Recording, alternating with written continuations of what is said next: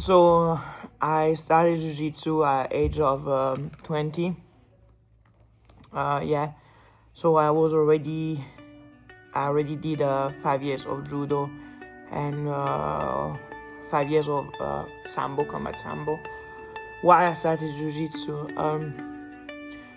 Because I was doing a lot of MMA fight, and I was like, I need to know what the jiu-jitsu people do to be able to counter them better.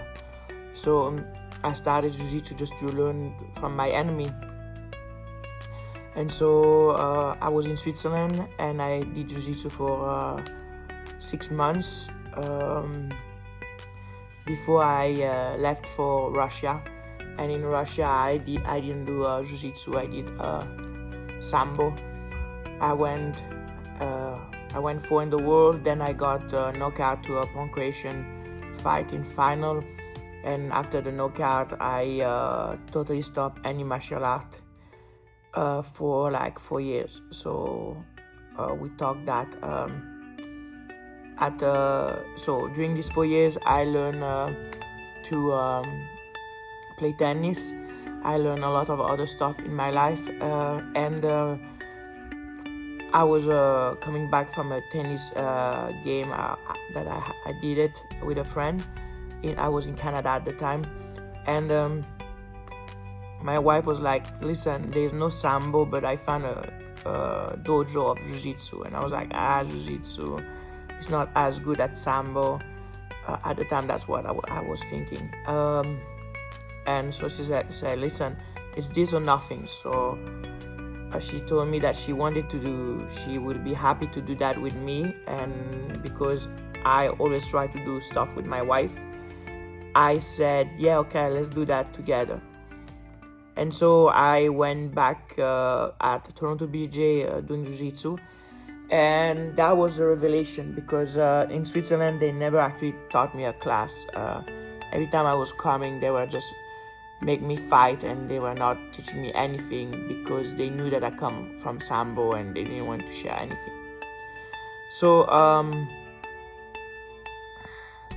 when I went at Toronto BJJ, that was amazing. That was a big revelation, and I realized that the thing I loved about sambo was actually what other people call niwaza, and niwaza, it's jiu-jitsu, it's Brazilian jiu-jitsu. So that was mind-blowing. Of course, I didn't like it at the time. I didn't like to do leg locks.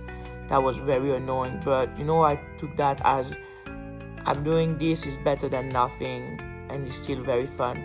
So I did jiu-jitsu for like 2 years, like intensively. And then I got in the mental crisis. I was like, I'm gonna not make money with that. There's no future. I need to find a job. So I quit again the martial art for 2 years this time. I quit for 2 years, and I really tried to find a job and everything. But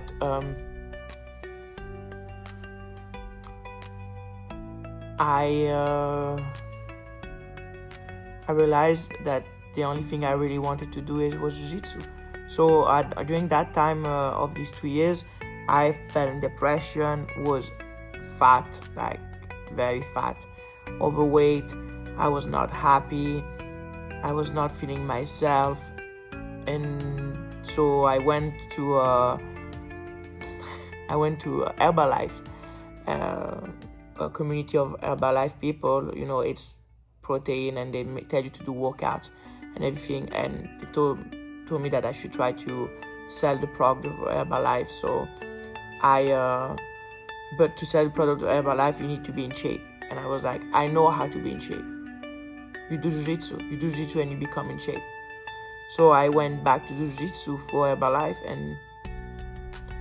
and then I realized that I love jiu-jitsu and that I should never quit jiu-jitsu. And I put a rules that no matter what happened in my life, I will do at least 4 hours a week of jiu-jitsu.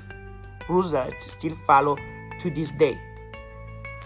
And so this, maybe because I'm autistic, but this has changed my life entirely, because I had rules that I follow.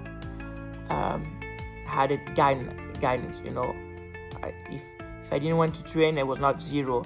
I was like, oh, if I do my 4 hours, I did a good job. I didn't have anxiety of not doing enough jiu-jitsu or all these things I was putting in my head at the time. So I did jiu-jitsu for like 4 years like that, and I became a purple belt. And then at 30, I wanted to have a kid. I was like, this is the moment to have kids. I want to have kids. I think I don't want to end up old and never have kids and never know what it means to have kids. So my wife became pregnant, and I had a moment where I had to decide I need to have a real job, because before I was doing security, and I was like, I don't want my kids to see me as a, I don't want, that's my opinion, but I don't want to see kids as a loser, because security, and by the way, there is security, it's not a job for loser. A lot of immigrants do security, and a lot of people that don't have a lot of education do security, but actually you have a level of security. If you are very good in security, you can reach very high level and get paid a lot.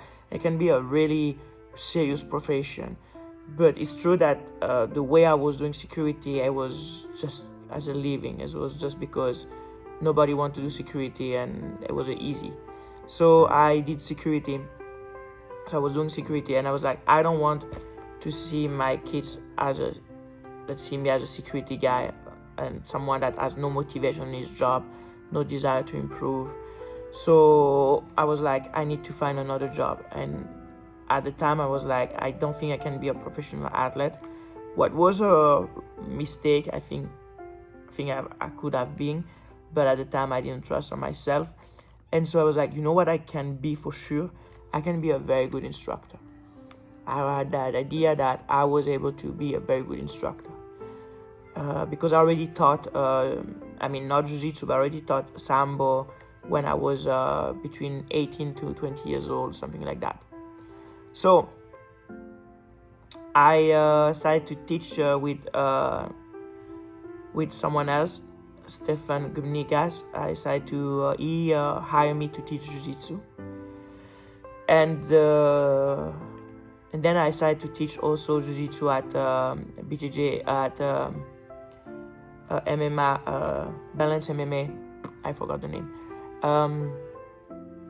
And it went very well, but I was not making a lot of money. I was like, I think I was paying like $50 a week by Stefan Gumnigas, and I was traveling to downtown Toronto to Mississauga, so I needed to have a change because I need to actually make money. So I took the risk to open my own dojo in a little basement lost that cost me like nothing. I think it was the grace of God that I found that thing. Honestly, if God exists, this is definitely a proof of it.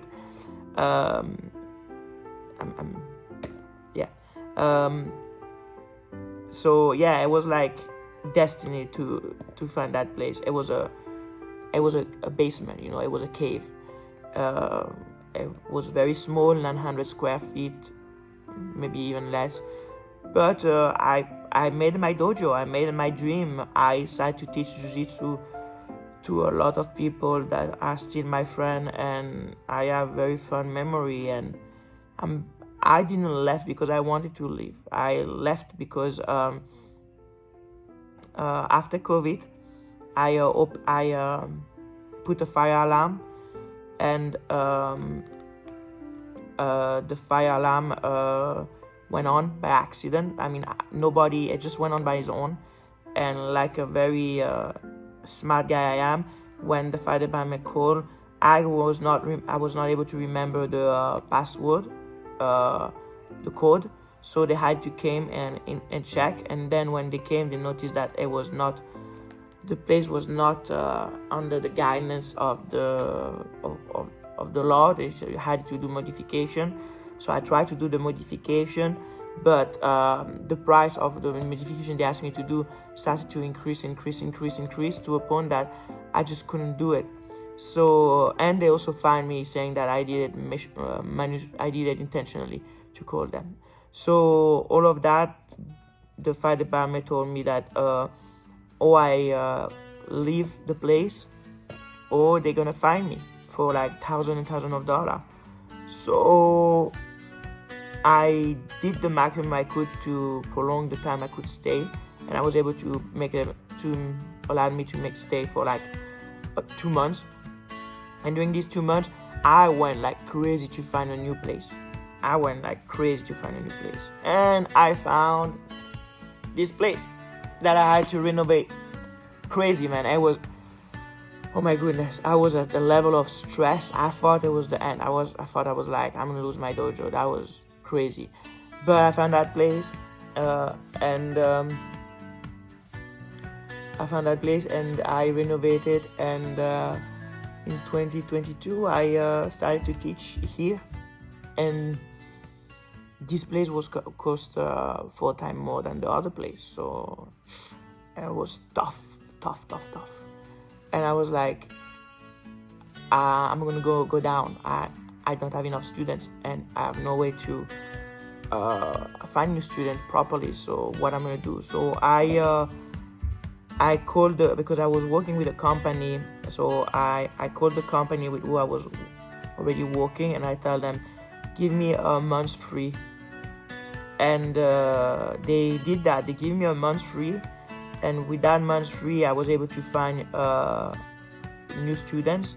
And after that, they decided to find me a lot of students for a year. That was a crazy year where in 4 months I was starting to make seriously amount of money, and it was good. It was a good year. It was a crazy year. And then that was 2023, and then 2024, that company started to not do their job, and because of every new year I do my taxes. So for like 3 months I don't do anything else than doing my taxes, and I don't pay attention too much of the business. I didn't notice right away. Then I noticed that they were not doing their job, so I stopped working with them. The company's name was Absolute Tech. I think it's very important to say it, the name. And then I was in the same situation, where I'm not the same exact situation, but yeah, I was tight. And then I found Black Belt Connect, and they again saved my life. They said that because I had a good review, and because clearly I knew how to do my job, they wanted to work with me, and they give me a very sweet deal. And they are amazing people. Honestly, Black Belt Connect, you are amazing, guys. I love you. And so I started to teach again. I didn't never stop it. Things started to get better, and now we are in 2025, and I'm trying to grow. I'm trying to keep teaching jiu-jitsu, keep trying to do my best every day as a sensei, as an instructor, as a human being, and as a father, as a martial artist, as a son, as a brother. That's it. The moral of that story is that it's not really moral. I wanted to be a fighter, and I succeed and fail in a lot of things, but the biggest failure is when you give up. Honestly, I'm gonna tell you guys, don't give up. So many people give up. Oh my goodness. Just if you want to do something, do it. Find a way. Life gonna hit you hard, and it's gonna be rough with you, and it's gonna bring you to your knees. But if you don't give up, and you keep being smart about it, and keep trying to find ways, trying to test it, not be afraid to reevaluate yourself, and always try to go towards improvement, towards to make yourself better every day, you're gonna reach something. You're you're gonna make money with whatever you want to do. And I think this is the real moral of the story. It's discipline. When I had discipline, I did that. When I didn't have discipline, I just quit. So you have to have discipline and believe. Believe on yourself and discipline every day to do what needs to be done to go where you want. That's it.